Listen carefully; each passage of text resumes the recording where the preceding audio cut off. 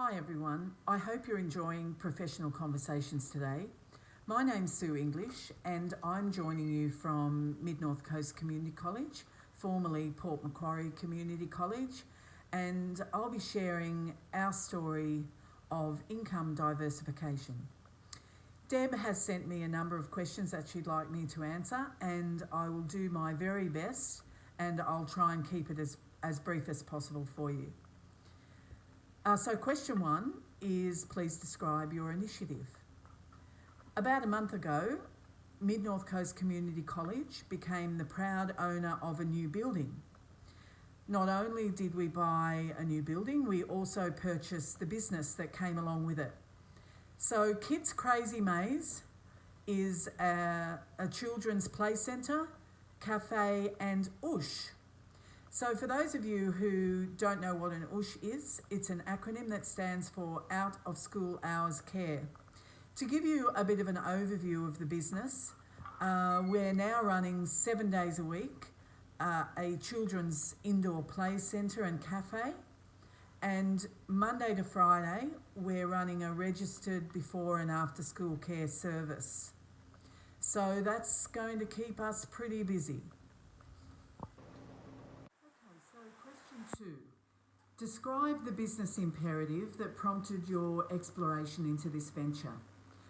Well, clearly we're in a professional conversation today about diversifying income streams, and of course that's a priority for us, just as I'm sure it is for all of you, where we're looking to seek out alternative ways of introducing income into the business to reduce our reliance on government funding and reduce the risk that's associated with that.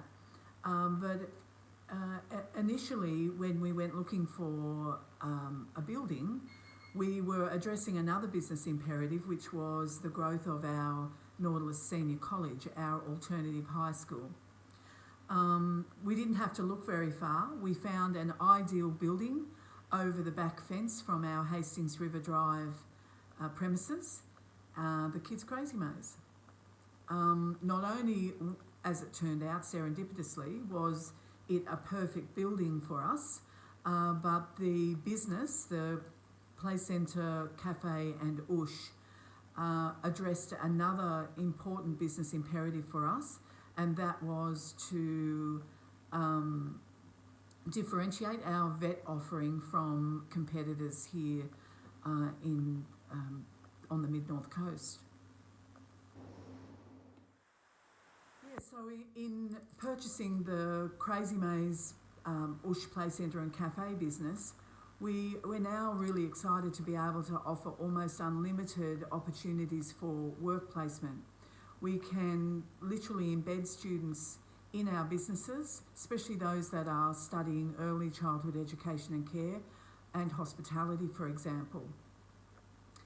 Another great opportunity through this business now is that we can offer work placement opportunities to students from Charles Sturt University and other tertiary students that are needing work placement hours, and this has been a great support for our programs and something that we'll continue to pursue into the future. The other opportunity that has arisen through operating the Kids Crazy Maze Play Centre business is that we're now planning to offer creche facilities for our students, and so we can reach even more people through being able to offer childcare opportunities while they study. So question number 3 is around lead-in times. Well, look, what can I tell you? It took us 2.5 years from the very first approaches to the previous owners to the final settlement of the sale that took place about a month ago. What took so long? Well, first we had to convince the owners that they actually wanted to sell the business and the building because it wasn't actually on the market. So that took us some time. And once we did convince them that yes, they did want to sell a business to us, then we had to set about looking at a council DA. There were some zoning issues that had to be addressed. We all know how long that can take. But there was also compliance issues with the department. So the NESA requirements were fairly onerous and took a lot of time and effort to get through. So it's well and truly been worth it, and we're really excited to have finally got to the end of that very long process. But yeah, it's it takes a while, guys. Okay, so question 4 is around sticking points and setbacks. Did we have any? Yes. Many? Yes. So, and I will have trouble being brief here, so apologies in advance. The first hurdle that we faced was that our original business plan was to sell our Hastings River Drive premises before we purchased the business and the building in Albert Circuit. Unfortunately, despite almost having a sale over the line on about 3 different occasions, we didn't get our building sold. But that was okay. We set about looking at our business plan again and speaking to the bank, and we found a way forward. So we found an alternative to having to sell our building. So that was probably the earliest setback. A pretty big sticking point came when we discovered that we had to restructure our entire organisation in order to avoid our whole board of directors having to undertake this exam to become directors of an USH. So we restructured ourselves from an incorporated association to a company limited by guarantee, and we created a subsidiary of that company that had only 3 directors. One of whom is our CEO, Valerie Ann Burns, and 2 of our Mid-North Coast Community College directors who were willing to put themselves through sitting this exam to become directors of an USH. So the worst part about all of that, if you can believe it, wasn't actually changing our structure. It was finding out on the day of the exam in an information session that the department had given us the wrong advice, and we didn't have to have all of our directors undertake that exam. In fact, only 1 needed to get that exam under their belt. So thankfully, 2 of our directors ended up sitting the exam. Both of them passed with flying colours. 100% was the pass mark, and we were able to get over that hurdle. Some other setbacks came only through the having to negotiate with so many different government levels of government, federal, state, local, and also the bodies, the compliance bodies. So we had a lot to go through to get NESA to approve our new premises for the school, and there were a lot of requirements from our new friends at ASEQA, which is the governing body for early childhood education and care, to get set up as operators of an USH. So, yeah, meeting state and Commonwealth government approval processes was really a bit of a nightmare. But the list goes on, but we survived, and we did get to the end of that, thankfully, happily. So question number 5 is the last question, and it's a bit long, so I might need to read it off the screen, so just bear with me.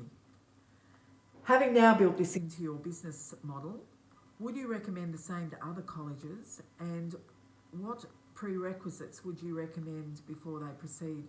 Well, the easy answer is yes, of course we would recommend it to all of you, and encourage you to keep looking for ways to diversify your income stream and reduce your reliance on government funding. It's a really important conversation for us to be having right now, given the challenges that we've all faced just recently with our funding.